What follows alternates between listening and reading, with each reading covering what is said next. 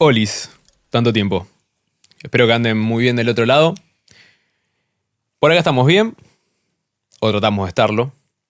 Pero quiero contarles, o mejor dicho, hablar de algo que siento que este último tiempo nos ha interpelado. Y por último tiempo me refiero a los últimos 10, 15 años en el cine.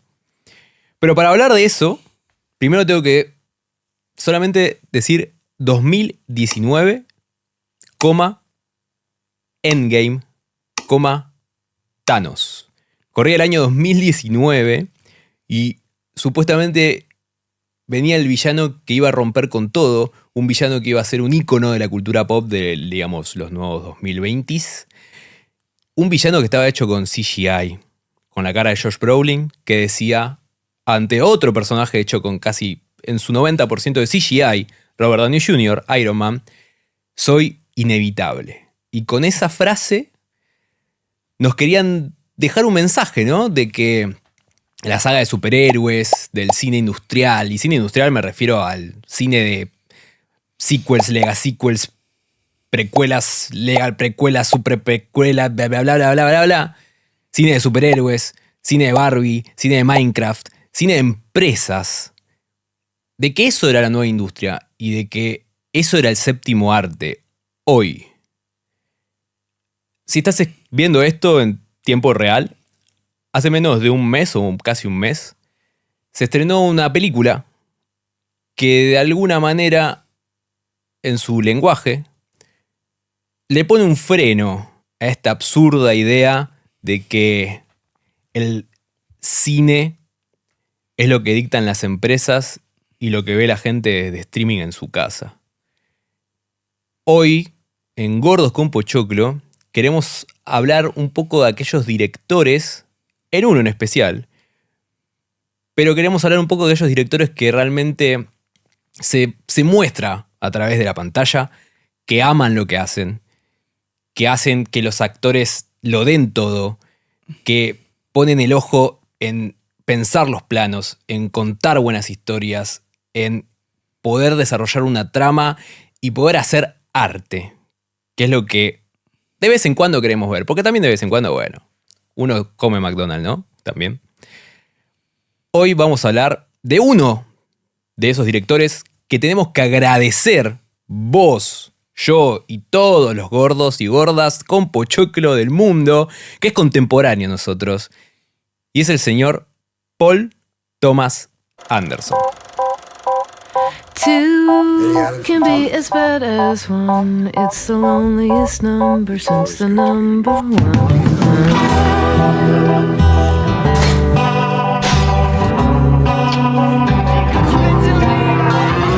No is the saddest experience you'll ever know. Yes, it's the saddest experience you'll ever know. Because one is the loneliest number that you'll ever. Pero esto es Gordos con Pochoclo y tengo que también saludar al otro gordo que me acompaña. ¿Qué tal, Lucas? ¿Cómo te va? ¿Qué haces, Luchito? ¿Todo bien? ¿Todo bien, pero, vos? Acá andamos, pero también del otro lado les mando un saludo. Coincido en lo que... Me gustó la apertura. A mí agradezco ser contemporáneo a Paul Thomas Anderson, así como de tantos otros directores, pero en el sentido de Paul Thomas Anderson, porque realmente, más allá de que después la peli te puede gustar más o menos, o puede ser más o menos de tu interés, yo creo que al verla por lo menos te das cuenta que es alguien que la pensó meticulosamente e hizo algo que está a la altura de un producto que es cine, con mayúscula, por así decirlo. Así que, como digo siempre, también a modo de cábala, estoy muy contento con el episodio de hoy. Vamos a hacer un remix con todos. Estoy Me muy gusta, contento. Dale. Así que bueno, bienvenidos, vamos con todo.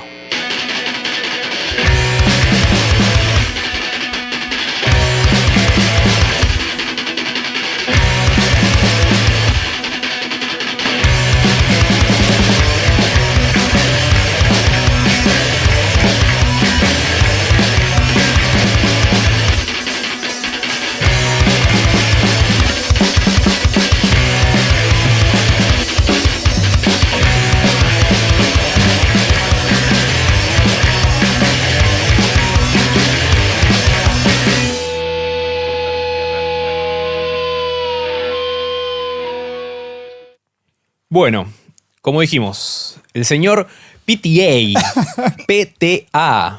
el Paul Thomas Anderson. Paul Thomas.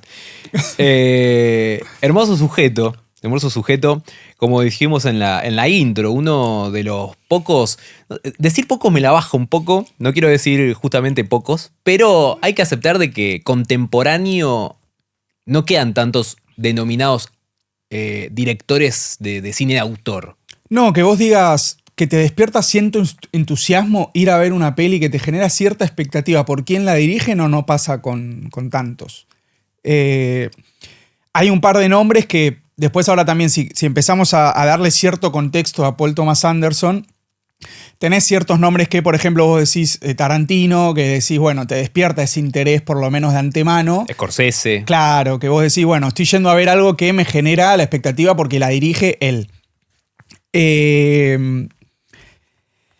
¿Por qué dije primero Tarantino? Porque obviamente, para empezar a hablar de Paul Thomas Anderson, que vamos a hacer el recorrido de las pelis y de nuestro análisis, de lo que nos gusta y todo y lo que no, me parece importante rescatar primero cómo surge Paul Thomas Anderson y un poquitito del contexto inmediato anterior para entender más o menos de qué estamos hablando. Lo primero a tener en cuenta, el cine de Paul Thomas Anderson como cine, como producto de sus películas, etcétera, porque él típico arranca desde muy joven, bueno, la biografía la pueden buscar, es finales de los 90.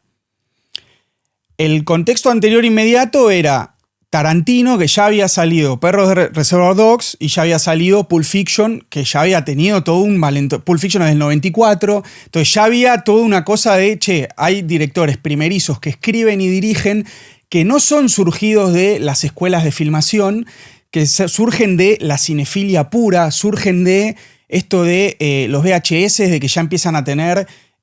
bueno, Tarantino trabajaba en un videoclub. Se le dicen, creo que, si no estoy equivocado, como directores de video. Sí, es la generación de los directores de videocassette. De videocassette, porque sí. No solo porque laburaban en videoclub, sino porque vivían consumiendo videocassette de la época justamente de los 90, de la videocassetera. No dependían exclusivamente de ir al cine para ver todas las películas que terminan viendo. Y así es como consumen a rolete. O en el caso justamente de PTA, digámosle, que tampoco de una cuestión académica. Exactamente. Porque el chabón no fue a la universidad, o sea, fue a una universidad, creo que estuvo una semana, o sea, básicamente cero estudio. Todo lo que bebió, lo bebió de ver películas. Exacto, entonces empieza a haber un poco en la industria este interés por jóvenes directores primerizos que no necesariamente vienen, como dijimos, de la academia, pero que sin embargo tienen una forma de contar y hacer películas muy interesante y por lo menos que atrae y encuentra financiación en algún punto. Por eso ahí también es importante el Festival de Sundance, que ahí, bueno, hay un corto que Paul Thomas Anderson pasa ahí, que también eso es lo que le permite la financiación de su primera película, Hard Day. Cigarettes and Coffee. Exacto. A no confundirla con la de Jim Jarmusch, pero es el mismo título. Entonces, básicamente, se empieza como a permitir el desarrollo de estos, como decimos, jóvenes directores. El contexto previo, ¿qué pensamos? Década de los 80. Década de los 80 en el cine, por lo menos norteamericano, estamos hablando empiezan justamente estas películas de blockbuster. El blockbuster como cadena de videocasetera empieza en el 85, se funda. Entonces, estamos hablando que venimos de un cine muy de género de terror, muy de género de ciencia ficción, todo lo que es ET, todos los slashers, todo lo que empieza a surgir en los 80 que están más pensados como franchise, más que como películas en esto del séptimo arte y toda la bola. Alien 2. Exacto. Que hablamos de Alien, vayan a ver el capítulo en el que hablamos de Alien y cuando empieza James Cameron que agarra y se transforma Alien en algo mucho más pochoclero. Ya también, bueno, más atrás todavía, pero bueno, Star Wars también se había allanado todo un terreno como para, acá hay mucha guita que se puede explotar. Ya llegando a los 90, esto entra un poco, no digo en crisis porque siempre siguen los estudios viendo formas de hacer guita y de hacer películas taquilleras, pero con el surgimiento justamente de, sobre todo Pulp Fiction, que tiene un renombre, o sea, bueno, gana Oscars, lleva a Tarantino a la fama, a la cima, etc., hace que, bueno, la industria eche el ojo en, hay otros directores que realmente pueden hacer cosas piolas y que realmente pueden tener llegada. ¿Qué otros nombres en esto empiezan a circular? Estamos hablando, mitad de fines de los 90. Dijimos, está Quentin Tarantino, está Paul Thomas Anderson, tenés Wes Anderson también, que ya empieza como a aparecer. Tampoco es estudiante, o sea, el chabón estudió filosofía, tampoco es de la rama del cine. palo. Tenés Christopher Nolan, lo mismo, estudió en Londres literatura, tampoco del palo del cine, pero hace una película como Following y de repente dicen, che, pará, acá hay algo piola. Entonces, bueno, el cine empieza como a tener, empieza a abrir estas puertas. ¿Qué pasa también? Son formas de contar muy distintas a las que dijimos que se estaba diciendo en los 80, porque Paul Thomas Anderson no es lo que dijimos recién de slasher, ciencia ficción, estudio grande, toda la guita y toda la bola. Tampoco ni Tarantino ni Wes Anderson, por lo menos en sus inicios. Después se hicieron famosos y tienen mucha guita, ¿no? Obviamente, pero sí. Por lo menos en estos inicios. Entonces, ya en Paul Thomas Anderson, ya en sus primeras pelis, que ahora sí podemos, si querés, nos metemos, ya ves que es otra forma más distinta de la que se venía haciendo como contexto anterior inmediato. Algo llamó la atención en ese famoso festival de Sundance cuando reproducen la primera película de Paul Thomas Anderson, que es Hard Eight, o en ese momento llamada Sydney. Algo llamó la atención. Algo como justamente vos decías vos, ¿viste? Un toque del director, por eso este tema del cine de autor. Hay algo en la mano de este tipo que está haciendo esta película que gustó, no solo en cómo cuenta la historia, sino cómo dirige, los planos, cómo los movimientos de cámara y lo que hace salir de los actores. Entonces, eso fue justamente lo que pegó y lo que empezó a pegar en todas sus películas y lo que lo convirtió hoy en decir, che, es una película de Paul Thomas Anderson. Bueno, a ver qué, o sea, voy a esperar tal cosa, voy a esperar tal otra. Nosotros acá son 10 películas. Quisimos medio no contarlo a nivel cronológico, porque también para cronología vayan a Wikipedia, sino Gordos con Pochoclo tiene una postura en cuanto al cine de Paul Thomas, como dividirlo en una especie de 2 segmentos, que es lo que nosotros notamos al ver toda su filmografía.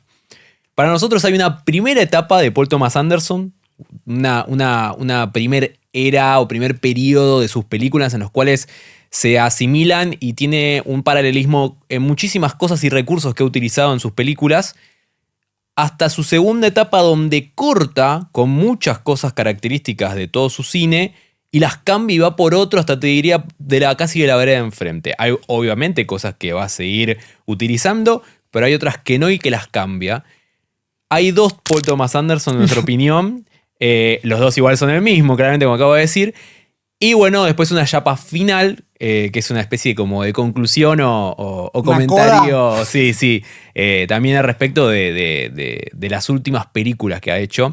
Pero más que nada como para organizarnos un poco en lo que va a ser este capítulo. ¿Están nombradas las etapas? No tienen nombre, pero yo lo definiría más, después vamos a detallar, ¿no? Un poco más, pero como es una primera etapa más errática. Ya. Y una segunda etapa.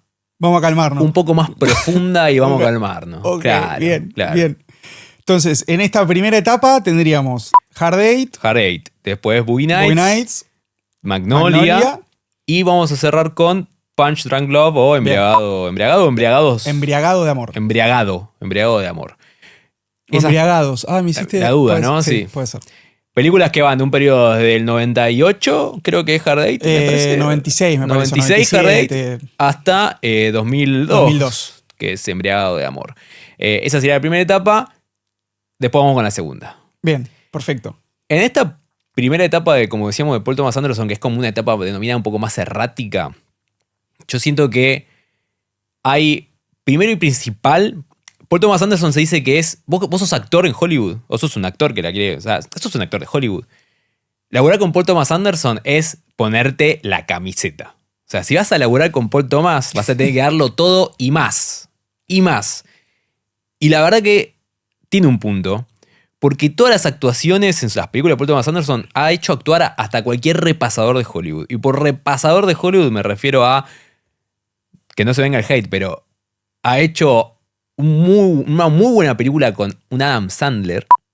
Ay, sabía que ibas a... Sí, no te gusta a vos, ¿no? No. Ok. Y ha hecho una actuación, pero muy buena, muy buena, de un Tom Cruise en unos 90s, porque Magnolia es en el 99, donde Tom Cruise estaba en su apogeo, era la estrella, estamos hablando de las primeras Misión Imposible, era como todo muy blockbuster, como venía diciendo vos. Sí, el chico lindo también. Exactamente. Y de repente, te hace el papel que hizo en Magnolia, donde la descose. Por ende, Paul Thomas Anderson en esta etapa va a laburar con muchos actores que va a repetir en sus películas. Hard Eight laburó como protagonista con John C. Reilly. John C. Reilly y el señor este que nunca me acuerdo su nombre, que es ahí todos los papeles. Philip algo. Philip Baker Hall. Un actor que él estaba ya medio grande para Hard Eight, digamos, va grande. Sí, no estaba como John C. Reilly. Otros actores como por ejemplo Julianne Moore también la va a repetir. Philip Seymour Hoffman. Hay varios actores, o sea, va a repetir elenco en estas películas. Películas con un cast justamente bastante amplio también. Muchos personajes. Y una trama que por momentos parece tan simple como también media compleja por los vericuetos y entre... ¿Cómo decirlo? Como que el chabón se mete en las historias y te cuenta una punta, te va a la otra, vuelve al origen, te va... Como que a mí me pasó, por ejemplo, y ahora salimos un poco de Hard Eight, porque Hard Eight tiene la vorágine y la dinámica de esa velocidad inicial de la película de Paul Thomas Anderson, pero el néctar de este periodo es, para mí, Magnolia, Boogie Nights. Magnolia, Boogie Nights es donde está como esta cuestión de un elencazo, o sea, lleno de actores y una cuestión de historias de muchos personajes que vos decís, complicado. Complicado es una película que querés contar muchas historias y sin embargo funciona. A mí lo que me pasa con esas ambas dos películas, por ejemplo, es, me acuerdo casi de todos los personajes. Me quedaron en la memoria todos los personajes, todos los secundarios. Claro. No sé, por ejemplo, Roller Girl, la chica de los patines de Boogie Nights. Sí. Buenísimo. Buenísimo, no tiene ni nombre, Ni nombre de personaje. Te queda Luis Guzmán en Boogie Nights. Buenísimo. Te queda el personaje de Luis Guzmán.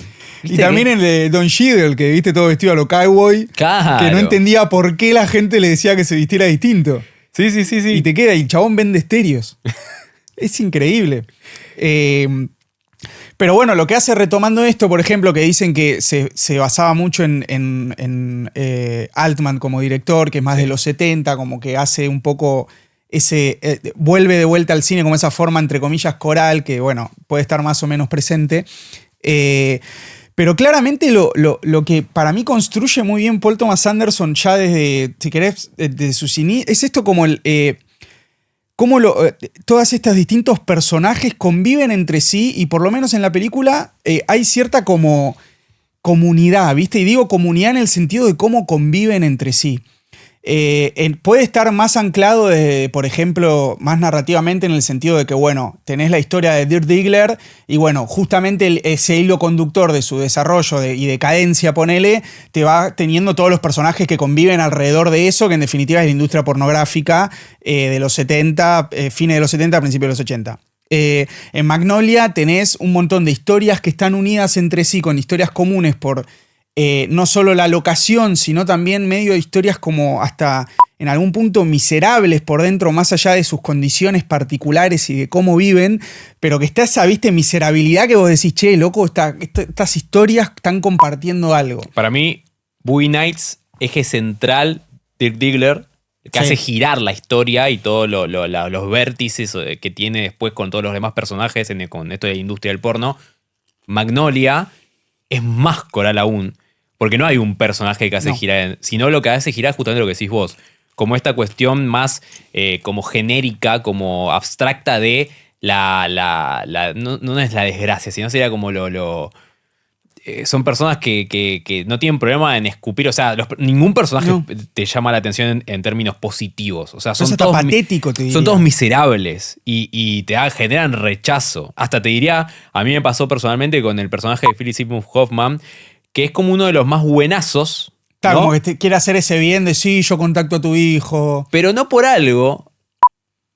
PTA pone la escena en la cual él empieza a pedir en el supermercado y le pide revistas porno. Como que te muestran, este personaje tiene algo medio como... Que tampoco es, no es un cuento de Un hadas angelito esto. que sí, que está ahí. Claro, o sea, Claro. todos son los personajes que son miserables, pero al mismo tiempo son todos atractivos, que eso es lo que a mí me pasa con la primera etapa, por ejemplo, de Paul Thomas. Es muy difícil hacer películas e historias con muchísimos personajes y que todo funcione, todo aporte a la trama y que sean todos Sí. atractivos. Que como que a mí, por ejemplo, Boogie Nights me pasó que siento que se podría haber hecho una película de cada personaje si querías. Mal. O sea, cada personaje de vos te llamaba la atención y tenía una profundidad en su historia que no hacía falta ni contarla demasiado, con ciertas cosas que muestra. Por ejemplo, Julianne Moore y su cuestión con su hija, y esa sola escena de la cuestión judicial, que es lo único que muestran de ella en plan como una historia de profundidad de su personaje. Ya llama la atención el pasado del personaje de Burt Reynolds. O hasta te diría la escena de el nene llamando a la casa que atiende Luis Guzmán y dice, no sé, es un pibe que quería hablar con la mamá. Exactamente. 5 segundos. Si se estrenara de Boogie Nights tendríamos miniserie, spin-off. Olvidate, de cada No, pero- personaje. Pero lo que está bueno que traes acá como a colación es el hecho de que para mí no es un detalle menor, es que también Paul Thomas Anderson escribe sus películas, escribe sus guiones, y eso para mí es fundamental, porque es distinto cómo un director encara una película cuando es escrita por él mismo. Y sobre todo cuando es escrita, en el caso de Paul Thomas Anderson, hasta con los actores en la cabeza. Porque eso es algo que él hace mucho, también ha podido tener esa carrera en el cual ya puede decir, che, pienso una película con un actor en particular y ese actor quizás me termina diciendo que sí. Pero claramente, a través de poder escribir y reescribir y de toda la cuestión, claramente, y también por cómo él lo ha dicho en algunas entrevistas de cómo él dirige, él crea todo el mundo y le da al actor la posibilidad de que desarrolle el personaje dentro de ese mundo, de esa historia, y para que se pueda desenvolver. No parecería que Paul Thomas Anderson sea ese director como ajustes de dirección de actor, de bueno, esto así, esto asá. Los deja desarrollarse, pero porque ya la contención está desde el mismo guión. Entonces, para mí eso es un plus, o sea, es un plus fundamental. En Boogie Nights, a mí me vuela la cabeza la actuación de Mark Wahlberg. Y era Mark Y es muy Wahlberg. difícil decir Era eso. un raperito que no lo conocía. Bueno, no es que no lo conocía nadie, pero no tenía una carrera, viste, actoral que vos decís, sí, claramente era el indicado. Se dice, ya se ha hablado de esto, sobre todo a raíz de Una batalla tras otra, que la primera elección de Paul Thomas Anderson para el personaje de Dirk Diggler era Leonardo DiCaprio. Sí. Leonardo DiCaprio dijo que no porque terminó eligiendo Titanic, pero le dijo, ¿sabés qué? Fíjate en Mark Wahlberg. Ellos ya habían hecho una película que se llamaba The Basketball Diaries, que Mark Wahlberg tenía como un personaje secundario, obviamente el protagonista era Leonardo DiCaprio. Y de ahí surgió una actuación que a mí me voló la cabeza. O sea, realmente hay una escena de Mark Wahlberg ya sobre el final, que también es una escena de la de la lora, que es cuando van a comprar, van a vender, mejor dicho, falsa cocaína, o sea, que es harina, que van a la casa de Alfred Molina, creo que se llama el actor, y que está el chino tirando los cohetes, Los los petardos, que está todo el tiempo tenso porque el chabón, Alfred Molina, tiene un arma en la mano todo Qué el tiempo. increíble, que los actores no sabían cuándo iba a tirar el petardo, no es que estaba como coreografiado.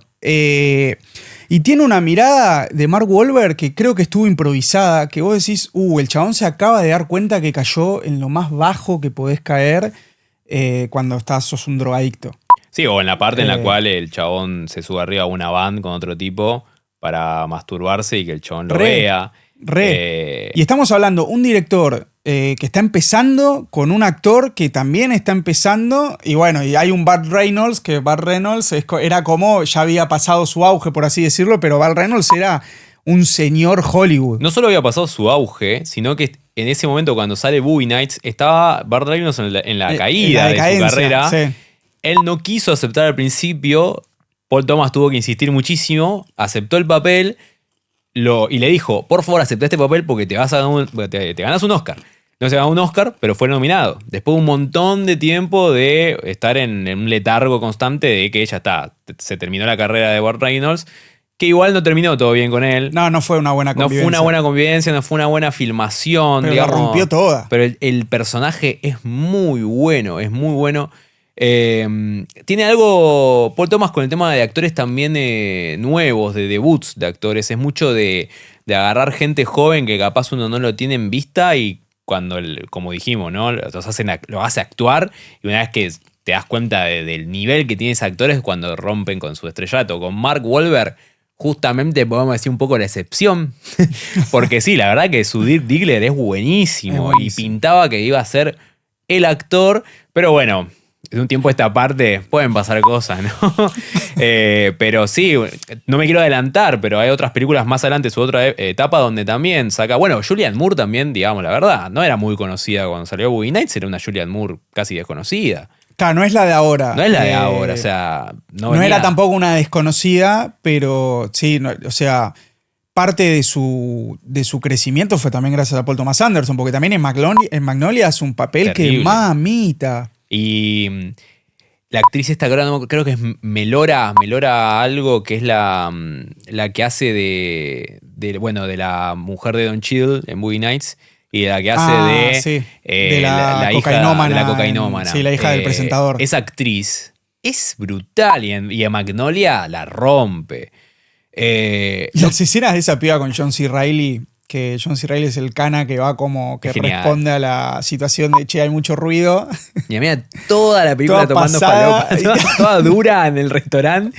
Y John C. Reilly no entiende qué pasa, o sea, simplemente la ve porque debe estar nerviosita. No, Sí, no es que es sí, cocainómana, ¿viste? Boogie Nights, a mí lo que me pasó también es que sentía de que también es difícil, ¿no? Contar una historia sobre la industria del porno y el desarrollo un poco de la industria del porno entre los 70, porque la película es cronología entre los 70 y mediados de los 80. Es difícil contar una historia que eso es lo que Paul Thomas tenía miedo al principio con la productora, con New Line Cinema, que es la que se encargó de la producción, que es, yo quiero contar una historia sobre la industria del porno y quiero que sea mayores de 17 años la clasificación y quiero que dure 3 horas. Chabón cayó así al estudio. Y el estudio le dijeron, bueno, ¿qué pasa? Hard Eight se había estrenado. Ya se había estrenado Hard Eight, ya sabían de que estaba hecho un poco Paul Thomas, además gente que sabe también que estaban ahí con el ojo puesto. Y dijeron, bueno, dale, tratad más que nada que sea para mayores más de 18, de 21, por las escenas de sexo o algo así, pero luz verde. La peli terminó durando 2 horas 40 y pico.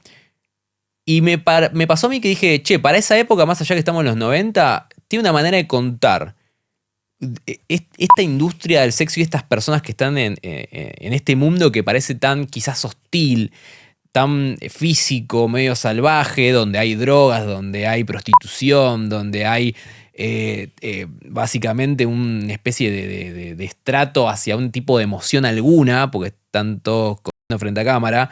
El chabón te muestra hasta te diría a mí, me pasó, lo tierno de la gente que está detrás de eso. Es medio una familia. Es como una familia, te transmite como... Más allá que tiene drama, porque no se esperaban que tenga tanto drama la película, se esperaban que iba más por un lado una comedia, pero tiene bastante drama. Genera como cierta calidez el hecho como de ver lo que les pasa y que en un momento también está sufriendo por Julianne Moore porque no puede ver al hijo y querés que le salga bien las cosas al personaje de Bob Reynolds que quiere ser, viste, como que romperla como director. O uno de los de producción el que se pega el tiro porque... Total, porque la mujer lo engañaba cada 2 por 3. Me pasó también eso, pudo lograr demostrar un poco lo que es esto. Yo...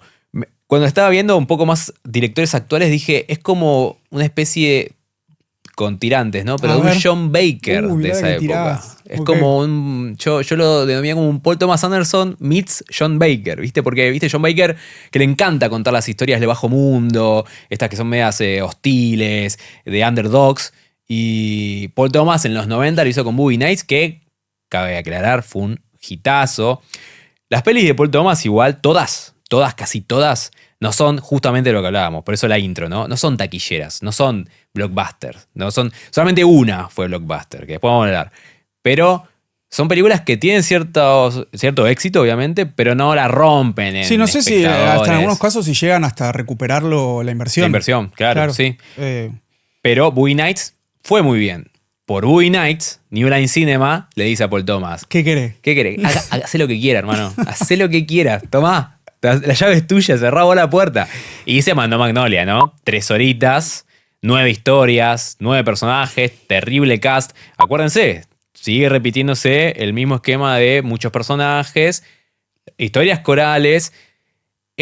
Otra de las cosas que también siento en esta etapa, por eso también tan errática, es que hay un ritmo Sí, vertiginoso Te lleva puesto. que te lleva puesto desde que arranca la película. Hard Eight arranca ya, yo la denomino como la peli que empieza y empezó. No te va ninguna introducción. Ya John C. Reilly ahí sentado, entra el personaje de este señor. ¿Qué te pasa? Necesito un chabón que tira las cartas. Ya arrancó la película, ya está. Es como que ya estás metido. Sí, sí. Boogie Nights lo mismo, arranca con ese cartel de Boogie Nights, que es el boliche, y tenés todo medio un plano secuencia Hermoso, en Steadicam que te hermoso. muestra toda la vida de todos estos personajes en una noche en ese boliche. Magnolia cambia de repente, ahí vemos un Paul Thomas que le gusta, que es con una introducción. Una introducción, no me acuerdo si está narrada por él o no, eso no lo sé, que es esta historia que cuenta de las casualidades que Increíble. sucedieron en la... Que vos decís, no, yo no me la esperaba, la primera vez que Empieza la así, a mí me pasó. Empezó así y dije, listo, me tenés. vi. Totalmente. ¿Qué me vas a contar? Porque encima es, ¿qué me vas a contar con esto? Sí. Porque ya lo que me está contando es una historia. Bueno, todo el caso del suicidio, homicidio, Increíble. está todo filmado como una película eso. Literal. Y está contando como si fuese un caso casi como un documental. Y de repente, plano B, créditos, música. Música de Amy Mann. Y de repente lo mismo. Todo una especie de montaje que es muy rápido, muy dinámico, donde te muestra qué está haciendo todos estos personajes que vos vas a saber de su historia en ese momento, de ese día, de esa mañana. Con la música de Amy Mann sonando. Y vos ya estás metido y no parás. Y no parás hasta que termina la película. Estamos hablando de 3 horas. 3 horas. A mí, Magnolia, lo que más me llamó la atención, que es lo que para mí mejor de la película, es tanto las actuaciones, ya lo dijimos, y el montaje. Para mí tiene un montaje que es zarpado.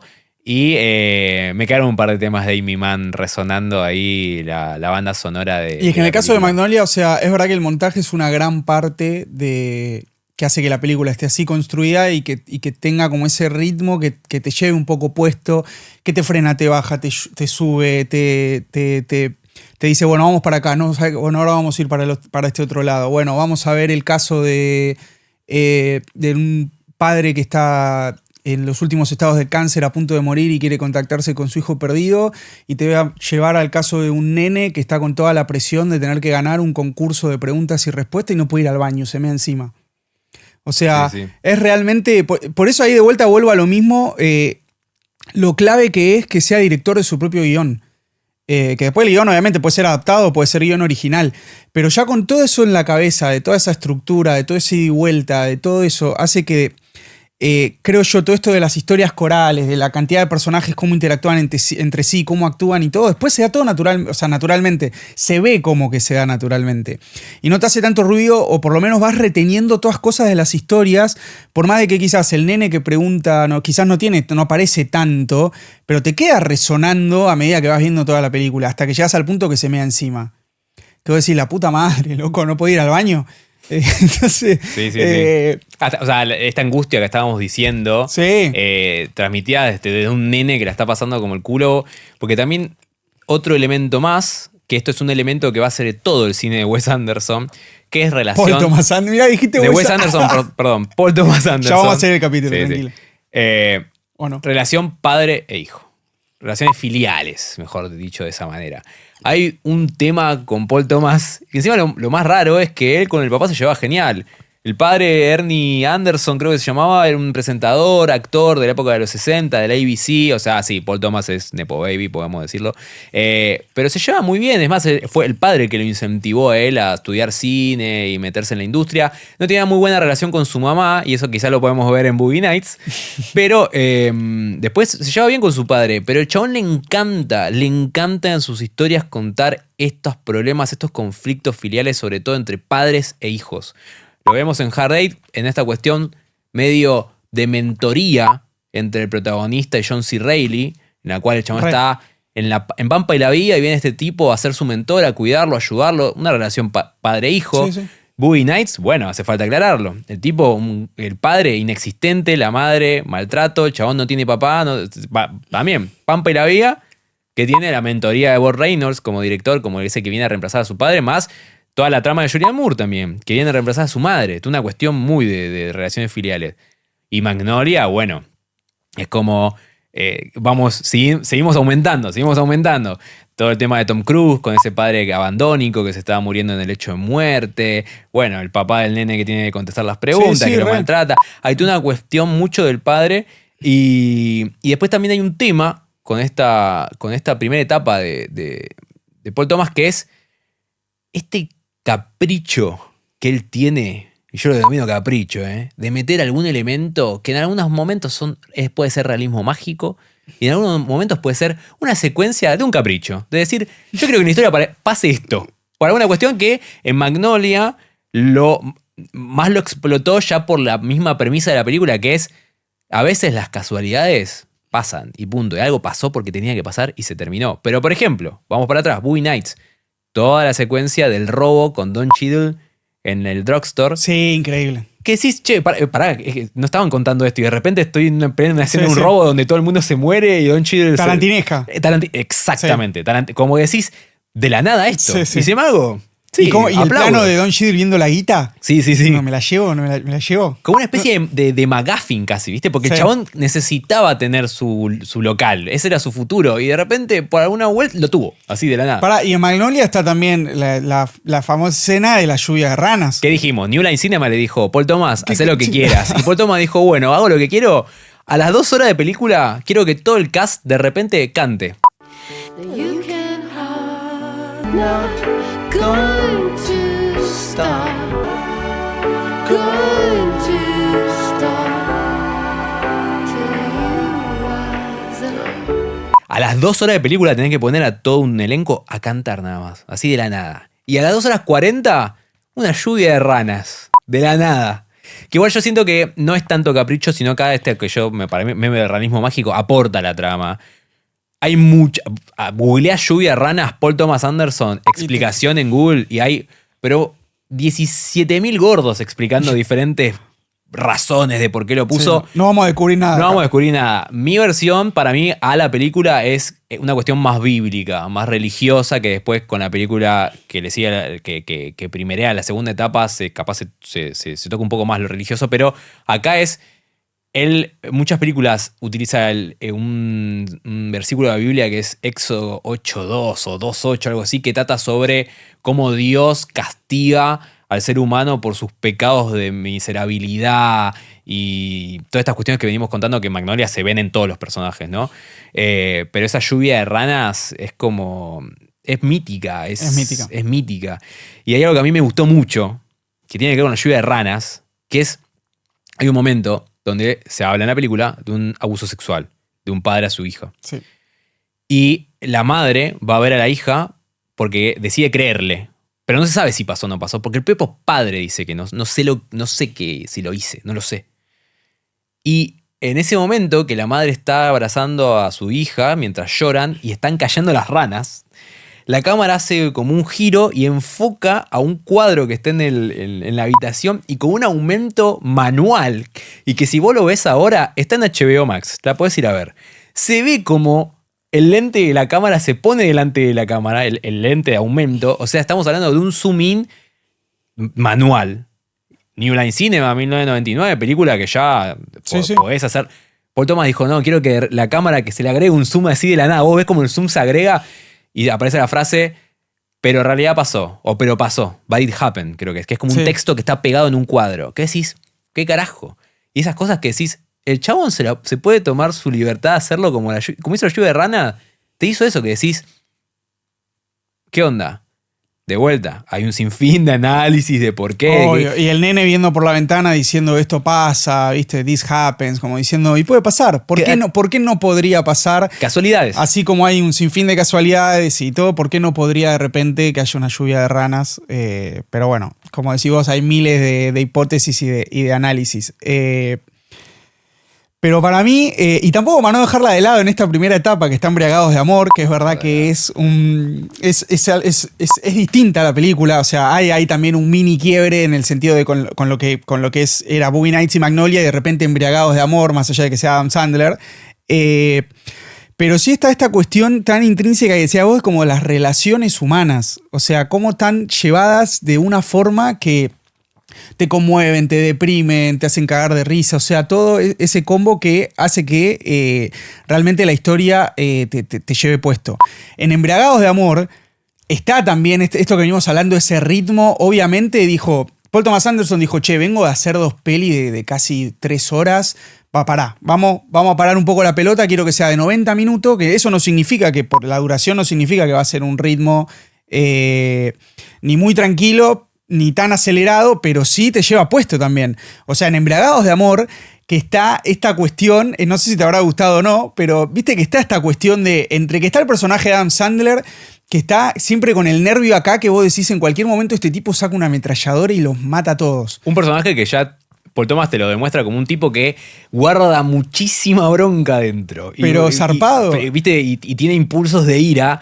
Pero el chabón es un buenazo. Pero tiene impulsos de ira. Sí, ojo lo que le decís. Claro. Que encima, claro, Adam Sandler venía de otro palo distinto. Venía a ser un papá genial, Adam Sandler. O sea... Una película, justamente que la nombrás, Un papá genial, la película que vio Paul Thomas, y se enamoró de Adam Sandler. Le gustaba. Dijo, me encanta este tipo, tengo que hacer, como decíamos antes, ¿no? Un director que piensa papeles para actores y no al revés. Chabón vio Un papá genial, le gustó a Adam Sandler y dijo, tengo que hacer una película con un papel para este tipo. Y lo contactó Adam Sandler porque habló con Tom Cruise en Magnolia, Exacto. que se habían visto en un sketch de Saturday Night Live, que Adam Sandler estaba laburando en esa época ahí, y le dijo, che, ¿te copa hacer esta película? Y imagínate a Adam Sandler, que venía de un palo de comedias muy familiares, así pochocleras, de que venga un director ya en ese momento, Paul Thomas, y te diga, pensé una película para vos. Me parece genial que Sandler nos haya cagado y haya dicho, estoy. Sí, mirá si no se cagó cuando dijo, pará, este flaco hizo Magnolia. O sea, Por eso. Sandler vio Magnolia y dijo, pará, yo estoy a la altura de esto. No estoy para eso. ¿Estás seguro? Pero volvemos de vuelta a lo mismo, porque el chabón te crea todo el entorno, o sea, te hace que puedas desarrollarte como actor para que lleves al personaje, obviamente, dentro de la película, pero que le puedas darte impronta tranquilamente. Y en Embriagados de Amor, en ese, más allá de todo este ritmo vertiginoso y de la música y de cómo acompaña y que te vas viendo, yo me ponía nervioso a la par de Adam Sandler mientras la veía.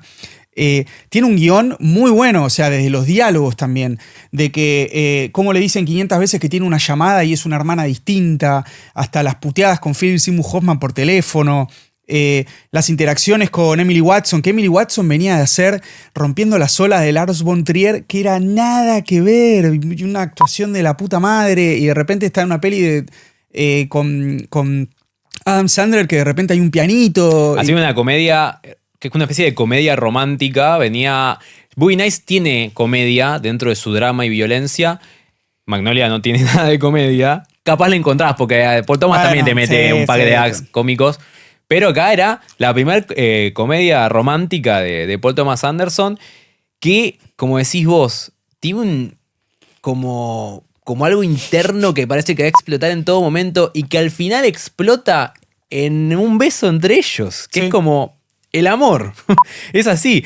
Sí me pasó que, por eso la pusimos en la primera etapa, Punch Drunk Love, que es como la que cierra esto, porque tiene también lo mismo. Ahí capaz no tenemos tanto cast, como dijiste vos, Adam Sandler, Emily Watson, Philip Seymour Hoffman, que va a estar en casi muchas películas de Paul Thomas. Pero bajamos con el cast, pero ¿qué pasa? La peli arranca y de vuelta lo mismo. Pa, pa, pa. Con la música, viste, una banda sonora que es continua, constante, permanente, sonidos que no paran. Y Sandler con el teléfono todo el tiempo. Sí, y con la cámara que no lo deja en ningún momento. Lo acosa, te diría. Lo persigue adentro de todo ese garage, lo va persiguiendo y viene el chabón con el teléfono y la música y vos no paraste, tiene ahí enganchado que decís, estoy viendo un tipo que no sé ni de qué está hablando, está tratando de vender algo y de repente, otra vez. Un capricho. Algo mágico. A veces un piano. ¿Ahí decís que fue más capricho? Para mí fue capricho. Que tipo pintó que apareciera ahí. sea, no es un piano, es como un armónico, creo que se llama. Sí. Que nada, le pintó para vos. Yo digo capricho. O sea, sí son caprichos, pero lo que lo diferencia de un capricho de otro director con un capricho de Paul Thomas es que acá algo aporta a la trama. Esto que vas a ver que no tiene nada que ver, que parece como totalmente inverosímil o absurdo, algo va a aportar. Acá este piano es algo como que viene a darle a Adam Sandler algo de lo que salir de su vida tan monótona y controlada por sus hermanas y que todo el mundo le dicta y le dice qué hacer y qué decir y él quiere hacer algo propio. Y él tiene ese pianito adentro de su escritorio, de su estudio, ahí donde trabaja, que el chabón lo toca cuando está nervioso, ¿viste? O cuando está hablando con la prostituta por teléfono, que lo está extorsionando. Está como para ir para mostrar algo del personaje, que no sabemos bien qué. Yo siento que Embriagados de Amor es como la película para mí como más lynchiana de Paul Thomas. Mira. Es como bastante media psicodélica a veces, incluso tiene como unos intervalos muy cortitos de arte conceptual de un artista que ahora no me acuerdo el nombre, pero que lo hizo para la película, que son como colores. Ah, sí. Como cosas de colores que aparecen, son unos segundos y Hermoso. vuelve a la imagen. Sí. Y lo mismo que es una comedia, un romance entre dos personas y pasan todas cosas absurdas en el medio. También siento que hay un poco de los Coen, ¿no? Con esto de el especie de proxeneta que es el personaje de Philip Seymour Hoffman, que con el poco tiempo que tiene en pantalla la revienta como en todos los personajes que hace. Que lo va a perseguir Adam Sandler, que tiene siempre puesto el mismo traje Increíble. en toda la película. Increíble. Es como que mezcla como algo criminal dentro de una película de comedia y que tanto los malos como los buenos parecen como medio estúpidos, Sí, pero sin embargo tiernos. me parecía hasta un poquito. Me causaba gracia medio hasta esa literalidad, porque viste que en inglés está la expresión feeling blue, que es como te sentís medio triste. Y el chabón está siempre en un traje vestido de azul, ¿viste? Haciendo O sea, cosas. sí, y está medio tristón, en definitiva. Y aparece, aparece el personaje de Emily Watson toda vestida de rojo, como bueno, acá llegó el fuego, ¿viste? Acá dame bola. Y está en cualquiera, y la hermana que le dice, ¿por qué está de traje? Te traigo acá a mi amiga. También todo lo de los cupones para juntar millas, que está basado en un caso real. Exactamente. Que también le aporta a la historia esa cuota no es inverosímil la palabra, pero quiero decir esa cuota medio de... Sí, absurdo, de algo eso, absurdo. De locura. Y también esto del pianito que a mí también cuando la primera vez que la vi quedé como, ¿qué carajo? ¿Por qué? Me quedé pensando, ¿viste? ¿Por qué aparecería un pianito? Y es medio hasta te diría como cierto cable a tierra en algún punto. Esto de, bueno, quizás necesito tocar una notita y seguir, ¿viste? Y cuando le va a dar el beso en el final, que termina como el amor, está el pianito ahí al costado. No sé, es como que está en armonía, ¿viste? Todas esas cosas que vos decís, bueno, no sé, Sí. lo construye. Hay un tema con Punch Drunk Love. A mí no es de las que más me gustan de Paul Thomas. A ver. Pero sí cuando la vi me transmitió, y no sé por qué, pero es como mucho Silvia Prieto. Ahora Mira. que también hablamos de Silvia Prieto, vayan a ver el Es capítulo. que el diálogo. Esos también. diálogos medios absurdos, pero al mismo tiempo algo aportan. Este personaje que está viviendo muchas situaciones medias como concatenadas, pero sin sentido en Que su le pide vida. ayuda al dentista. Ayuda médica, ¿entendés? Tipo psiquiatra, y es un dentista. O que va a comer con la novia y rompe un baño y toda la escena del baño, como cosas increíble. que decís, es rarísimo y pasan una tras otra que como que no podés hilar una trama en cada hecho. Son todos hechos aislados en la vida de este tipo, en diferentes días, que está vestido igual, muchos elementos, como dijimos en su momento en el capítulo de Silvia Prieto, ¿no? Una película que tiene muchos elementos, tipo traje azul, el pianito, las latas del pudín, como las Hasta cajas de cartón. Las sopapas es que vendía hasta que le dice, sí. esto no se rompe nunca. No. Como, a mí me hizo acordar a Silvia Prieto. Así. Está bien. Pero después, ¿qué dijo Paul Thomas? Pero después Paul Thomas dijo, ¿sabes qué? Estoy un poco... estoy pasado de rosca. Estoy pasado de revoluciones. Vamos a calmarnos. Vamos a calmarnos, vamos a bajar un poco. Y de repente, en el 2007, trae la película que dijimos hace un rato, que sería como La Plebe. Y ahí después, al final del capítulo, vamos a analizarlo, pero La Plebe dice que es su mejor película. Que es Petróleo Sangriento. There Will Be Blood. Exacto. Una película que ya entra dentro de la segunda etapa de Paul Thomas. Segunda etapa que para nosotros los gordos con pochoclo es una etapa en la cual el chabón, como dijimos, baja 3 cambios, deja de haber una vorágine constante en escenas, deja un poco el plano secuencia, sino que pasa a planos más estáticos, constantes, donde parece que deja la cámara puesta ahí y que el actor actúe. Tipo, y actúa. pocos personajes, rebaja los cast, empieza a elegir, ya no se repiten tanto como antes, y corre un poco de ese humor medio violento, medio caricaturesco, y pasa a una profundidad y temas un poco más pesados, más pesutis, más drama. Y bueno, Petróleo Sangriento es el claro ejemplo, ¿no? Estamos diciendo de películas que arrancan y empiezan, y que no paran, y música, y mucha música. Petróleo Sangriento empieza, no hay música. Es ruido ambiente, y tenés a Daniel Day-Lewis picando piedra. Durante 15 minutos te va mostrando este tipo Ni que un no diálogo, sabes, nada. no dice nada, no sabes quién es, ni su nombre, ni nada. Y recién habla cuando ya el chabón está sentado en una mesa explicando lo que es ser un petrolero en la época del 1900. Ya un chabón que vos ves que al principio que no era nadie y en 15 minutos te contó cómo fue su apogeo, digamos, como empresario en esa época del petróleo. Y recién ahí habla el personaje. Y ya decís, wow, estamos a algo diferente. ¿Viene alguna de Paul Thomas o no viene alguna de Paul Thomas? Y nada, Petróleo Sangriento, ¿no? No por algo también la gente dice que es una de las mejores películas. Hace poco salió un listado de las 100 mejores películas del siglo en el cine y está en el puesto número 2. Ah, la pelota. ¿Y la Petróleo primera cuál es? Sangriento. No vamos a discutir, pero es Parásitos, de Bong Joon-ho. Buah, Pero bueno. lo dejamos para otra. Sí. Si no, estamos a matar 3 horas. Sí, Pero sí, Petróleo Sangriento, totalmente como vos vas diciendo. Danny Day-Lewis, ya también actor que, viste, ya es señor actor, que decís, bueno, listo, Paul Thomas Anderson con un protagónico de Danny Day-Lewis que puede malir sal. Y está basada en una novela de Upton Sinclair, está levemente basada porque es solo el inicio, después la de Upton Sinclair, según, como dice Paul Thomas Anderson, es muy larga y se iba para otros lados, pero justamente habla de esto de, primero sigue esta cuestión, como veníamos diciendo, de relaciones personales, de construcción de comunidad, y en este caso le agrega el componente histórico. Histórico concreto, ¿por qué lo digo? Porque estamos hablando justamente del auge y desarrollo del petróleo en Estados Unidos, que justamente Estados Unidos fue uno de los primeros países, más allá de, digamos, en descubrir el petróleo, sino en usarlo para su desarrollo, su manufactura, todo lo que es, obviamente, bueno, Henry Ford, la producción en cadena, etcétera, etcétera, etcétera.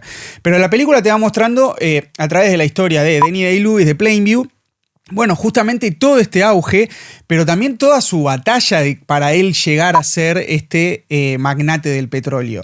Porque más allá de que, como decís vos, ya cuando él habla y se presenta como I'm an oil man, ¿viste? Como dice, y sí, tengo todo esto, no sé qué. Igual el chabón la rema y la lucha con toda. Ya también con el hijo, que no es su hijo, pero es su hijo. Entonces, como decís vos, bajamos un cambio un poco, ya es una historia que, si bien mantiene esta cuestión de, bueno, a través de una historia individual yo cuento una situación más general. Si en Boogie Nights era la industria pornográfica, cómo entra en jaque, por ejemplo, con el VHS, bueno, en el caso de Petróleo Sangriento también te cuento cómo la búsqueda de ambición, de poder, de guita, de ser alguien, también va corrompiendo esta... que podríamos ser, lo estoy pensando en voz alta, pero cierta similitud con Dirk Diggler, obviamente con sus matices y no sé qué, pero que te va corrompiendo hasta que te consume.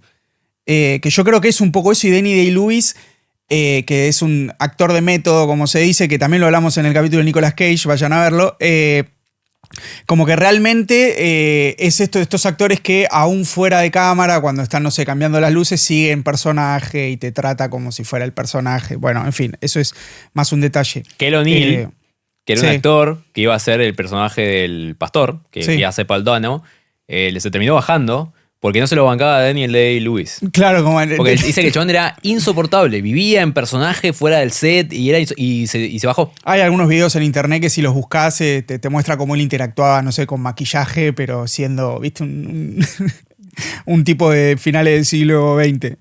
Perdón, de XIX. Entonces... Pero ¿qué pasa en Petróleo Sangriento? Porque es lo que veníamos diciendo, sigue esta cuestión de construcción de comunidad y de las relaciones humanas. Porque lo que ofrece, en definitiva, Plainview, es una comunidad. Digo, él te dice, yo te voy por ejemplo, va a esto de los Sundance y te dice, yo te voy a extraer el petróleo, te voy a dar guita, pero acá también se puede generar una comunidad. vamos a hacer un colegio para los chicos, ¿querés guita para tu iglesia? Quizá después no te la doy, pero bueno, dale, vamos a darte guita para tu iglesia. Ahí entra la religión, que bueno, Sí. esta cuestión de cómo a mí a medida que la veía, decía, me parecía muy loco esta relación de el dios del dinero, en definitiva. O sea, como que el dinero es Dios un poco. Que también cuando va casi sobre el final, va el personaje de Paul Dano a decir, che, me das guita. Dame plata. Tenés que decir El que pastor. sos un falso profeta y que Dios es una superstición. Y lo termina haciendo y es como, che, pero bueno, al final no te voy a dar nada. Pero bueno, eso está. Por eso me parecía que interesante esto de, bueno, contar la historia, entre comillas, de un país, pero a través de la particularidad del personaje concreto, pero que a su vez va construyendo estas relaciones humanas y esta sensación de comunidad, que es básicamente lo que yo creo que hace también a lo largo de toda su peli, de su filmografía, quiero decir. Construye una idea también para mí, sí, ¿no? re. De esto de. Es el petróleo como recurso natural base del capitalismo. Y el capitalismo es algo que está la religión, que es como la antípoda, ¿viste? Como la antítesis de eso, ¿no? Como la creencia de algo que no es tangible y no sé qué. Y al final es como no se puede nada contra el capitalismo. Porque el capitalismo es esto. Como yo O las dos caras de la misma moneda también. Claro, como que no lo vi como No sé yo no lo vi como una crítica al capitalismo. Yo lo vi No. como esto de decir, es la esencia del mercado, de un tipo que, por ejemplo, en Magnolia nada que ver, pero los personajes dicen alguna frase que para mí hace la esencia y el corazón de la película. Magnolia fue, por ejemplo, el personaje de John Macy, creo que es, no me acuerdo, el que cuando era chico había ganado el concurso y estaba enamorado Sí. del bartender, Sí, sí. que cuando se cae y se rompe la nariz en el piso dice... Yo tengo mucho amor para dar, pero no sé dónde ponerlo. Y para mí eso es algo que en todos los personajes les pasa en las películas de Paul Thomas Anderson. Que son personajes que están como Adam Sandler, ¿no? También. Como que retienen cosas, como que tienen emociones y no saben cómo interactuar con las personas, no saben cómo demostrar esas emociones. En Petróleo Sangriento, Daniel Day-Lewis dice, tengo una competencia conmigo mismo. Con esto de cuestión de la industria, de tal quiere poner otra petrolera, pero ¿qué pasa? Hasta que su propio hijo Sí, quiere poner... si no estás conmigo, sos contra mí. Dice, sos contra mí, sos mi competencia, le dice. Entonces, si sos mi competencia, sos adoptado. Así tipo, te ataco. Porque vos lo dijiste también, el chabón quiere crear una comunidad. ¿Pero por qué quiere crear una comunidad? Porque le sirve al tipo. Sí, le conviene. ¿Por qué le va y le dice a la nena, che, tu viejo no te estaba fajando más, ¿no? Porque viste que hay un momento que vos decís, este personaje tan horrible, tan horripilante, tan asqueroso en términos como de antipático, de egocéntrico, tiene como un momento de calidez de decir, che, mira, se preocupó por la nena. ¿Pero por qué se preocupó por la nena? ¿Porque le sirve de que esté toda la comunidad contenta? Exacto. Porque después, ¿qué pasa? Cuando su hijo se queda sordo y no le sirve Chau, lo deja ir, ¿viste? Que al final es donde termina la película, donde te termina mostrando, ¿no? Cuando termina, obviamente, diciendo al hijo esto de sos adoptado y todo. Para mí, sí es verdad que es la actuación de Daniel Day-Lewis. Después igual volvió a actuar con Paul Thomas, pero es, para mí, de todos los personajes de todas las películas de Paul Thomas, es el que más me gusta. El de... ¿Cómo se llama? No me acuerdo. ¿Cómo? El personaje de él, el nombre del personaje. Del petrolero. Plainview. Plainview. Daniel Plainview. Daniel Plainview. Algo también muy de Paul Thomas. Muchos personajes se llaman como los actores. ¿Te diste cuenta de eso? Sí, no me había dado cuenta. Bueno, Paul Dano se llama Paul. Uno de los, verdad, ¿viste? tenés razón. John C. Reilly en Hard Eight se llama John, el personaje. Que ahora que o sea, por eso esto que decíamos de capitalismo y religión, no sé qué, yo creo que esto de son las dos caras de la misma moneda, Paul Thomas Anderson en la película lo lleva muy bien al frente, haciendo que sean gemelos. El que le va a decir dónde están los campos de petróleo y el que es un pastor que quiere construir la iglesia de Dios. Me parece que eso te muestra bien claro las dos caras de la misma moneda, que es el auge de Estados Unidos, del capitalismo, de la manufactura, del poder, la guita, etc. También muy bueno, y ahora si querés pasamos a la siguiente. Me gustó mucho también de Petróleo Sangriento la iluminación, los claroscuros, cómo realmente lleva esta oscuridad bien al frente. Cuando se prende fuego. Que no sé si estaba en las anteriores, eso me gustó. Que está bien que sirve a la narrativa igual, no estoy diciendo que tenga que estar o no, pero en este caso en particular me parece que cierra perfecto. Como vos decías, también a Paul Thomas le gusta hablar sobre temas importantes y sobre temas que hacen a la generación norteamericana, que hacen a la población, a la cultura y a la historia. Él quería hablar en un momento sobre qué pasa con el trastorno postraumático de los soldados que vienen de la Segunda Guerra Mundial qué pasaba con la cienciología en Estados Unidos, que fue un movimiento muy importante en una época. Y empezó a unir ciertas cosas, empezó también a unir ciertas páginas que tenía escritas de Petróleo Sangriento, que tenía ahí como metida, y empezó a unir, y dijo, voy a hacer una película que trate sobre un tipo que vuelve de la guerra con ciertos mambitos y que gracias a eso cae en una secta y el desarrollo de esa historia. Y apareció The Master, película del 2012, si mal no recuerdo, donde también forma parte de esta segunda etapa porque es una película también densa, bueno, Sí, los temas que tratan. sí. Es una película que también es un poco más lenta. Es una película donde acá hay más actores está también, ¿no? Joaquin Phoenix, Philip Seymour Hoffman con su primer protagónico después de tanto tiempo. Y Amy Adams, hay varios actores. Una Laura Dern que aparece y que para mí está totalmente Sí, está un poco desaprovechada. desaprovechadísima, pero bueno, ya está. Con una música más tranqui y una fotografía del carajo. O sea, los primeros 15 minutos de esta película hay dos cosas que sobresalen. La fotografía y de vuelta, lo mismo que pasaba con Petróleo Sangriento. Empieza la película, no vuelve a haber música, no vuelve a haber plano secuencia, ni ningún plano, ni cámara de Steadicam, ni música, sino te muestran esos primeros 15 minutos el desarrollo del personaje de Joaquin Phoenix, de cómo es que vuelve de la guerra, cómo es que tienen medio ciertos mamos sexuales, medios impulsos violentos, sin mucha música, sin mucho diálogo, y la película arranca cuando ya Joaquin Phoenix se cruza con el barco donde está esta secta. También un hecho capricho de Paul Thomas. Random. Sí. Random, ¿por qué se encontró con la secta? Se encontró con la secta. Vos mirá, no traté de entenderla, disfrutala. Es así. Y película que, para mi parecer, también es lenta. Como que vuelve a bajar, pero más que 10 decibeles. Baja muchos decibeles. También en Joaquin Phoenix yo veía un proto-Joker.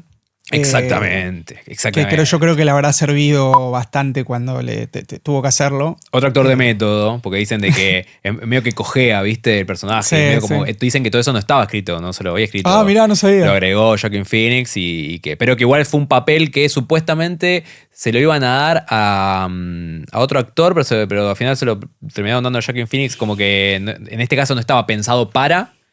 Pero que a Paul le cerró porque nada, le gusta el actor que lo da todo, ¿viste? Y Joaquin Phoenix medio que no es un actor a mí de mi gusto, tengo que decirlo. Ah, ahí está, decilo. Tengo que decirlo, pero le salen muy bien los papeles del medio, el tocadito, ¿viste? Bueno, en Inherent Vice, la siguiente de Master es Vicio Propio, Vicio Inherent Propio, Vice, sí. que también es el protagónico. Sí, pero cambia totalmente. Sí, ahí, el personaje Phoenix. muy distinto. Sí. Pero en The Master, a mí no me gustó tanto, o sea, no me gustó tanto quizás, pero para mí es fundamental que Philip Seymour Hoffman haya sido el protagónico porque se la calza al hombro y la verdad que la lleva muy bien. Lancaster Todd, creo que se llama. Algo así. Sí, algo así. Los arranques de ira que tiene también cuando la putea a Laura Dern porque le está cuestionando, acá hiciste un cambio que no me gustó, o cuando en una fiesta uno que creo que llamaba Mr. Moore o no sé qué, le empieza a hacer preguntas medio cuestionando que es un chanta. Y esos arranques, sí, exactamente. Pero después también esas cuestiones calmas, esa cuestión también sobre el final cuando se juntan mano a mano, viste que lo llaman, que ellos están en Londres, que es medio hasta casi, no una réplica, pero es parecida a esa escena de Daniel Day-Lewis con su hijo en algún punto. Pero se sostiene para mí porque es Philip Seymour Hoffman. Seguramente quizás con otro actor que haya elegido Paul hubiese sido para mí igual de bien. Pero, no sé, bueno, pero... Philip Seymour Hoffman fue un actor que es su actor fetiche. Es como la Uma Thurman de Tarantino, ¿viste? Es como su actor fetiche. La verdad, chabón, para mí, uno de los grandes actores norteamericanos. Pero después, bueno... rompe. Después falleció después de hacer esta. Fue su última película con okay. Paul Thomas, que fue su primer y último protagónico con Paul Thomas. En todas las demás películas que actuó, hizo papeles secundarios, pero que en cada papel que hizo la reventó. El papel que hace en Boogie Nights, de ese, sí, increíble. De ese ayudante de cámara, que está enamorado de Dick Diggler. Cuando le muestra el auto y le quiere dar un beso. No, y cuando la primera escena porno que le ve el pene a Dick Diggler, sí. Que es cámara directamente, primer plano de la cara del personaje sí. De Hoffman. Ese final de Mark Wahlberg mostrando la pija que se quedó con ese, ¿cómo se llama? Con la prótesis. Sí, se la quedó increíble. Increíble, pero bueno. Pero bueno, The Master a mí no me gusta, pero siento que... A ver, a mí mejores. lo que me pasa es que siento que Petróleo Sangriento fue de la última que a mí realmente me había como gustado muchísimo.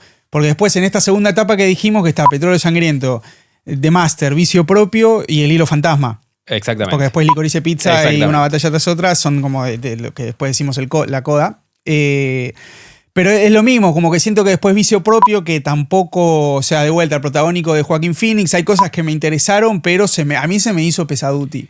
Vicio Propio. ¿Querés que ya entremos con Vicio Propio? Sí, vamos, mandémosle. Pero para mí es como el hijo bobo de Paul Thomas. Pero un poco incomprendida también la película. Se habla de que va a ser una peli de culto. Bueno, lo que se diga. ¿Cómo le gusta usar la peli de culto para ponerla, viste, en un pedestal? Pero no, lo que sí me gusta, que al principio es como que no lo entendés y lo pienso un toque y después no lo veo como una falencia, que es caótica. O sea, no entendés una goma quizás. Y vos decís, bueno, pero es esa la peli, es de un personaje de los últimos hippies, ponele, que fuma porro y es un detective privado que tiene que resolver un caso re falopa, que no se entiende nada y justamente hay falopa por todos lados. Y no necesariamente está esa cuestión tan llevada al frente del policial donde un hecho va descubriendo otro y desencadenando hasta que llegás a la revelación final.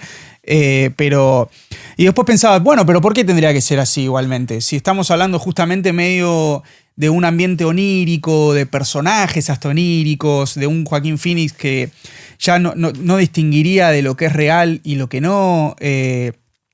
Lo mismo en The Master desde su visión cuando está la escena de que están todas las minas en bolas. Eso es buenísimo. Que están bailando a mí y es como, eso me pareció lo mejor de la peli o una de las mejores cosas de la peli. Esa escena y la sesión que tienen arriba del barco, mano a mano, sí, muy Hoffman buena, y Phoenix. Sí, muy buena. De que no parpadee. Que no parpadee. O sea, Hoffman, como en su personaje es tierno y se va, a medida que el otro quiere que le siga preguntando, se va volviendo el chabón re hostil y te termina intimidando. Es buenísimo, es buenísimo. Pero eso no me pasó tanto en Vicio Propio, salvo, qué sé yo, cuando Joaquín Phoenix ve la foto y se ríe porque le está mostrando una foto de una cagadera. Vicio Propio está en esta etapa, para mí, por el tono de la película cambia, o sea, veníamos diciendo que hacía comedia y con esta segunda etapa él va más al drama y no tanta a la comedia, acá vuelve a la comedia, pero es una película también con una velocidad y un ritmo vertiginoso, como en su primera etapa, pero hay algo que no cierra, que para mí es la adaptación. Es la primera adaptación de una novela de Thomas Pynchon, que ya dicen de que es difícil adaptar su... Imagínate, el chabón venía escribiendo hace un montón de años y en el 2014 creo que hicieron Inherent Vice.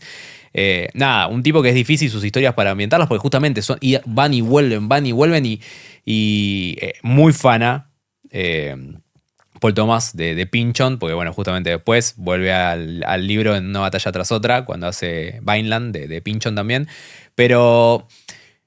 para mí, se habla mucho de Inherent Vice de que como que no sé, la película se hizo por gusto de Paul Thomas Anderson y no pensó en el espectador.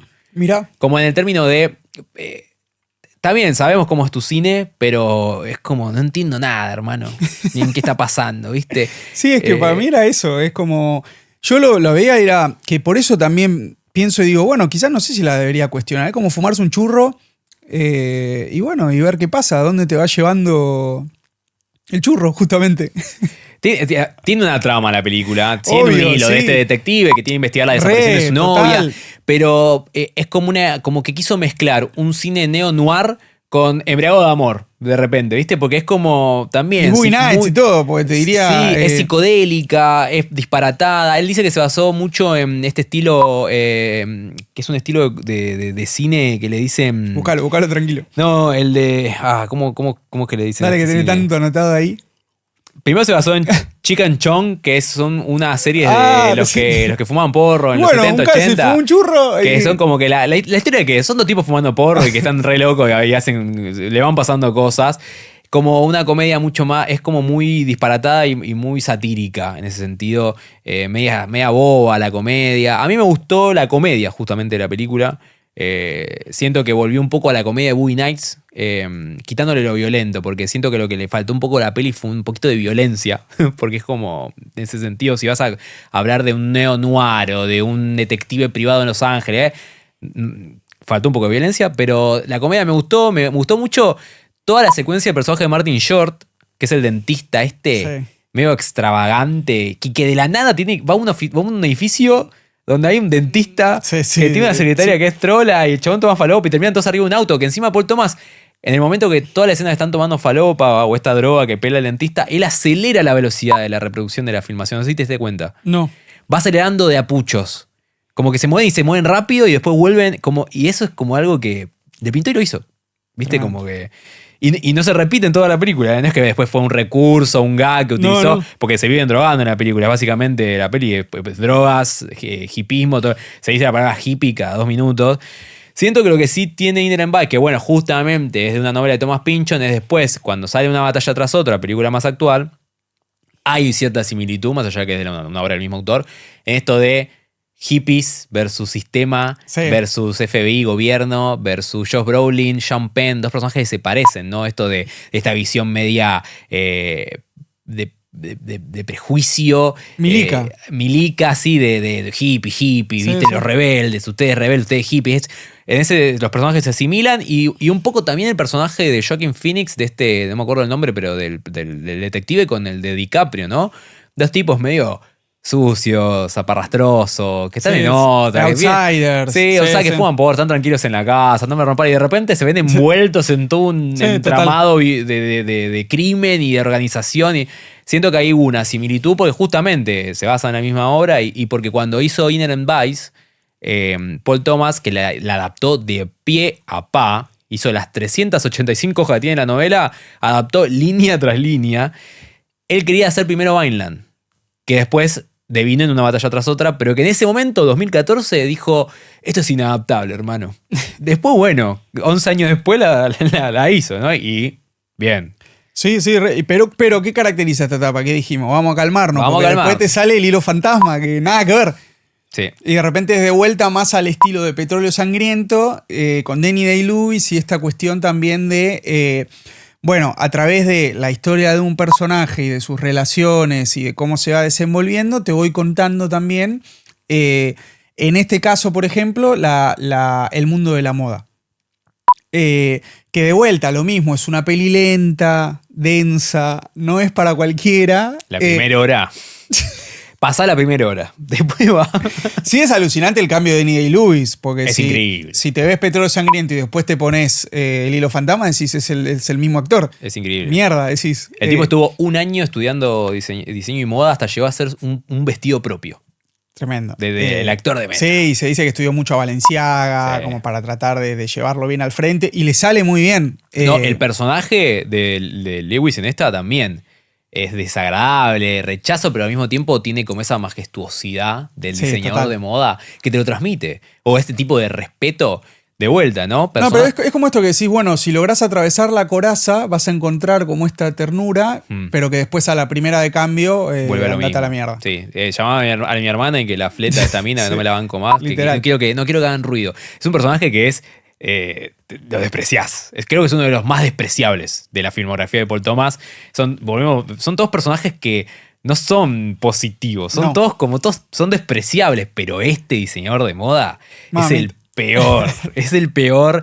Pero sí, siento que igual son dos películas diferentes. La primera hora, cuando ella pone el veneno en el omelette, ahí es otra película. Buenísimo. Es otra película, pero sí, ¿no? Segundo periodo de Paul Thomas. Una peli mucho más tranquila. Mucho más tranquila. Pocos actores. Sí. Él es el único conocido. Son todos más ingleses o actores europeos. Fue la única película que filmó totalmente en Inglaterra, por ejemplo. O sea, no la hizo en Estados Unidos.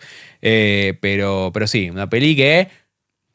tenés para que ver con tiempo, la típica, ¿viste? Sí, si querés. Encima no es tampoco una temática que pueda atraer mucho... No, pero tiene unas escenazas, ¿eh? No, la escena de Año Nuevo y todo ese... Bueno, ahí repite, ¿no? Este plano medio secuencia de Steadicam que se mueve ahí, lo trae un poquito, por eso nunca pierde sus mañas. Cuando él está buscando la alma en la fiesta de fin de año, que la cámara lo persigue entre todos los invitados. Buenísimo. Es muy buena esa escena. Y muy buena música. Ya a partir de Master, John Greenwood, que es el guitarrista de Radiohead, empezó a hacer la banda sonora y empezó a encargarse de la banda sonora de las películas de Paul Thomas. Y la verdad, muy bien, muy bien. Y acá es una de las películas más musicales de Paul Thomas. Son como 190 minutos de durar y creo que son como 130 minutos ahí de música en la película. Es muy, muy buena. Paul Thomas le fascina la música en sus películas, pero fue una de las partes esenciales de su medio filmografía. hasta lo Scorsese, esto de que te lleva canciones como buenas canciones llevadas como al cine. No sé, cuando nosotros que fuimos a ver una batalla tras otra, me acuerdo cuando de repente es el plano de la chica a los 14 años después y está Steely Dan sonando mientras está practicando karate, era judo. Sí. Me parece tremendo. Y estás ahí viéndola en el cine y decís, dame esto, Paul. Elige muy buenas bandas sonoras también. Total. Boogie Nights tuvo una música de los 70 y los 80 hermosa. Y una película que tiene muy buena banda sonora, una hermosa banda sonora también de los 70, es la película que le sigue y que entra en esta especie de rulo invertido dentro de los dos periodos de Paul Thomas, que es Licorice Pizza, Licorace Pizza, que el nombre viene de... Licorice es regaliz, que es muy yankee igual el regaliz medio, pero es el regaliz o pizza. Son dos palabras que Paul Thomas dijo que a él lo traían a su infancia en los 70, que le transmitían esa que eran dos palabras que él lo llevaba en ese momento. Es una película que para nosotros se va un poco de esta segunda etapa porque vuelve de vuelta a la dinámica de cámaras más rápidas, planos más de movimiento, más vertiginosos. Más personajes. Más historias que se entrelazan y que también aparecen de la nada, como el personaje de John Penn. Es un personaje que aparece solo un rato en la película y después desaparece. O el de Bradley Cooper, que es este peluquero, que es un peluquero famoso que existió de verdad, que aparece como para romper todo y desaparece, ¿viste?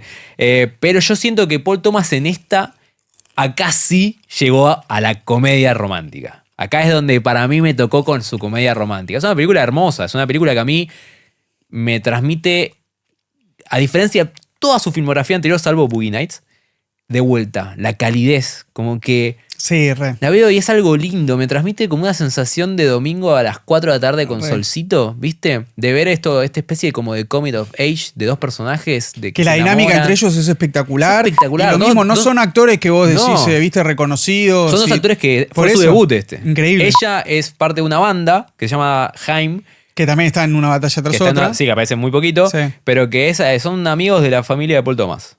Y justamente una película muy familiar. Laburan muchos hijos de productores, de los que están filmando, ayudante de cámara, las hijas de Paul Thomas laburan. Bueno, el protagonista es Cooper Hoffman, creo que se llama, que es el hijo de Philip Seymour Hoffman, que para esta altura ya estaba muerto. Fue como... Yo hablo mucho de, por ejemplo, de Holdovers, de Alexander Payne. Una película que tiene cierto drama, pero que a mí me transmite mucha calidez y como que es linda. A mí me pasó lo mismo con Licorice Pizza. Es una película que es linda y que también tiene unas escenas hermosas y unos planos que transmiten esto que él quiere contar, que es el amor juvenil, el tener 15 años y enamorarte encima de una mina más grande. Que no sea posible, pero que vos crees que es posible y lo intentás. Y eso se ve en muchas escenas, sobre todo en esta cuestión de que él todo el tiempo la busca y la toca con la pierna abajo de la mesa, o la escena del colchón de agua, que él le quiere tocar la mano y que ella se queda dormida y que él le va a tocar una teta y después se arrepiente como diciéndote... El chabón realmente la ama, no es que solamente le quiere ver las tetas, se las quiere tocar. No, re. Todo lo transmite en imágenes, a mí eso me gustó, muy buena música. Pero esa cuestión de que se van acompañando a medida que van creciendo, realmente en sus proyectos también, no solo una cuestión de meramente lo social. Hace una mixtura, Paul Thomas, en el tema de una cámara estática y también cámara que se mueve. El inicio es como el inicio de la primera etapa. Que ya arranca con todo. Con la fila. Con el anuario de fotos y la cámara que persigue a estos dos personajes que están charlando y el plano de él que se mira y se acomoda el flequillo con el espejito y que vos lo ves y la ves a ella. Y de repente también tenés planos estáticos, quietos, que no se mueven ahí, como cuando él lo meten preso también por un capricho de Paul Thomas, de decir, y de repente el personaje lo van a querer meter preso porque lo van a confundir con un homicida. Y toda la escena que él está esposado en un banco en la comisaría, la cámara está ahí quieta. y no se mueve, y no se mueve, y viene ella y cambia recién con un muy buen plano que es el de ellos abrazándose en el reflejo de la vidrería de la comisaría, muy es bueno. muy lindo. Muy bueno. A mí me gustó mucho, hay un cameo de John C. Reilly, que John C. Reilly dijeron, che, ¿por qué no actúas en las últimas películas de Le Paul Thomas? preguntaron, Y sí. él dijo, porque yo le dije, che, Paul, dejá de llamarme porque soy tu amigo. Llamame Tipo, si realmente me considerás apto para ese papel o si realmente pensaste en mí, no por ser, pues son muy amigos. Pero me gustó mucho Licorice Pizza, a mí Sí, me sí, gustó a mí mucho. también me y- entretuvo, me pareció linda. Y siento que transmitió lo que Paul Thomas quería. Sí. Y una batalla tras otra. Y ya llegamos a la estamos última. Para ir cerrando. 2025, una batalla tras otra adaptación de La una fuimos a novela ver de juntos. Pynchon. La fuimos a ver juntos, Al así IMAX, es. Sí, Porque no podíamos no ir a ver Paul Thomas. Una batalla tras otra. A mí me gustó. Siento que acá sí es una buena adaptación. Salvo el final. El final a mí, lo debo decir, me la bajó. Pero bueno. yo lo pensé después. Yo ¿Y lo te pensé. gustó? Ah, pegaste la vuelta. Yo lo pensé y dije. Siento que acá, bueno, el spoiler alert tiene que estar por la película 2025. Dale, ¿no? dale, Pero dejale el lugarcito si quieres. quizás esa carta la escribió DiCaprio y no la escribió la madre. Y a Paul Thomas le pintó poner la voz en off de la actriz que hizo de la madre. Pero en Puede realidad no ser, la escribió él. tranquilamente puede ser. Porque ¿qué pasa? Eh. Hablamos de todas las pelis de Paul Thomas. Hay una cuestión de relación entre padres e hijos, madres e hijas en todas sus películas. En Total. todas sus películas. Y acá también. Y lo que importa acá en la película es la relación entre ella con DiCaprio. En Ese padre que no es el definitiva, sí. padre. Porque también lo que es eso, como que el punto donde el personaje de DiCaprio, porque viste que es medio también un antihéroe, es un héroe, es en la elipsis de los 14 años, que es cuando puede criar una hija solo. Exactamente. Y no te muestra eso, ¿entendés? O sea, no lo ves. ¿Y cómo termina encima la película? Con él siendo el padre que está con el celular, falta que le pida que le ponga el Netflix o que le ayude a instalar Sí, Temu pero para bueno, no bajarse sé, algo. vos sabés cómo me viste, cómo estaba yo cuando era el cierre medio a lo Disney de chau papi, bueno, llévate tu almuerzo, cariño, ¿viste? Y quedé como medio. Pero bueno, es verdad que si le das ese matiz de que quizás la escribió Leonardo DiCaprio y que es como este cierre medio a lo de, bueno, estamos bien, podemos seguir teniendo una vida juntos, ponele. Le puedo encontrar cierto sentido, pero de todas maneras siento que podría haber terminado antes la peli. Sí, Paul Thomas tiene algo que sus pelis, para aquellos que estuvieron viendo todo este capítulo y no lo dijimos, son largas. Sí, Son largas. Todas sus películas, salvo Punch Drunk Love. todas más de 2 horas. Mirala con tiempo, Mínimo, tranquilo. Mínimo más de 2 horas. Pero bueno, siento después, por ejemplo, toda la parte de la carretera, que es cine, que la cámara sube, baja, o la parte que DiCaprio está tratando de escapar, que está el piano, viste, sonando constantemente, que es cuando también entra el personaje de Benicio del Toro. Toda la secuencia en la casa de karate de Inicio del Toro. Sí, increíble. Que es Viva la interminable. revolución y Es el puño que también te interminable. reís. Bueno, un Benicio del Toro que acá está aprovechadísimo, a Sí. diferencia de Inherent Vice, sí. que está desaprovechadísimo. Total. Pero acá en una batalla tras otra, todos actúan genial. Realmente a mí me pareció que es como... Hasta la caminata de John Penn. No, es que John Penn la cojean, rompe. Sí, está muy bien. John Penn, está muy bien. John Penn no es de mi agrado Es que- tampoco. La rompe, hay que aceptarlo que la rompe. Y siento que acá Paul Thomas volvió... A vos igual no te había gustado que lo revivieran para matarlo. Sí, no me gustó, me parecía medio al pedo. Ahí Pero en la siento oficina. que... Pero bueno, para mí quería esa imagen lo mismo en la oficina tenía que ser, ¿entendés? Trajeado. y siento que... No quería la muerte esa de héroe, no de héroe, pero esa muerte de combate. Claro, ¿entendés? Para demostrar bien cuál es la ambición de este personaje y cómo capaz que es el villano, en realidad el tipo come de la mano de los poderosos y mirá como de un pedo lo eliminan y lo vuelven a matar si quieren. Y Sí. lo creman y ni existió el milico. Pero a diferencia de Inherent Vice, porque las relaciono mucho estas dos, siento que acá sí hay una violencia de la mano de un humor para la violencia, digamos. Hay tanta violencia como humor en esta película. Y van de la mano. Que a mí es lo que a mí me faltó con Inherent Vice. Más sacando no todo lo Sí, sí, psicodélico lo- y medio sin contexto de la trama de Inherent Vice. Acá hay una trama lineal, pero siento que está la violencia que faltó en Inherent Vice y siento que acá, de vuelta a lo mismo, Paul Thomas, para mí, hizo un rulo y se fue a su primera etapa en la cual tenemos más dinamismo. Sí, esta cuestión de enredos. Sí, de muchos personajes y que todos los personajes importan y te llaman la atención. Este rebelde que estaba con la radio, que lo desaparecen y los vecinos que son de Nito que están Sí. jugando a la pelota van y transmiten. Sí, sí. Todos sus personajes son ricos, todos sus personajes te interesan y al mismo DiCaprio tiempo... lo Big Lebowski también. Exactamente. Total. Exactamente. Bueno, Otra similitud con De repente embriagado de amor. Un personaje que casi toda la película tiene la misma ropa. Sí, total. Y que vos, este Halloween todo disfrazado así, como en el 2002 han estado con el traje azul de Adam Sandler. Cosas como elementos que decís, esto es la película de Paul Thomas Anderson. Sí. Que finalmente trabajó con DiCaprio, tenía ganas desde Boogie Nights. Porque en Licorice Pizza trabajó con el papá de DiCaprio. Se dio el gusto. Aparece el papá de DiCaprio. Pero bueno. ¿Tu top 3, Luchito? Mi top 3 de Paul Thomas. Uf, qué quilombo. Vamos, a diferencia de todos los demás capítulos, te voy a decir puesto número 1. Del 1, o sea. Del 1 al 3. Dale. Puesto número 1, Sí. Boogie Nights. Bien. Boogie Nights. Puesto número 2, Magnolia. Y puesto número 3, ahí se juega un versus que todavía lo estoy pensando y no sé si va a quedar definido en este capítulo, que es Licorice Pizza o Una batalla tras otra. Silencio en el estudio. No lo sé. Lo dejo ahí. La dejás ahí. Bueno, yo te digo, también Boogie Nights, porque fue la primera que vi de Paul Thomas y fue amor a primera vista.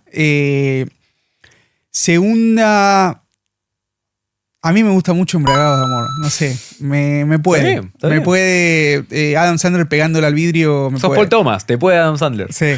Y tercero. Tercero. Voy a poner Petróleo Sangriento. Tenía que porque ponerlo. me gusta mucho.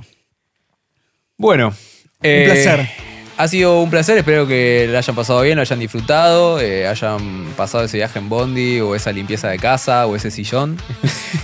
Nosotros somos Gordos con Pochoclo, hoy decidimos en este capítulo hablar de directores y elegimos a Sir Paul Thomas Anderson. Nada, síganos en redes, @tercerround y suscríbanse al canal, como saben. Vamos a seguir subiendo y vamos a ver material de todo tipo, como ya saben. Fíjense ahí en el listado de reproducción y si no, en todo el contenido que hay, que es variado. Muchas gracias al Obrador, obviamente, por prestarnos y a la operación con el señor, ¿cómo? Emma. Emma, gracias, Emma. Gracias, Emma. Nada, mi nombre es Lucho de Sousa, soy gordo y como pochoclo. Mi nombre es Lucas Greco, también soy gordo y como pochoclo. Así que bueno, muchas gracias y nos vemos en la próxima.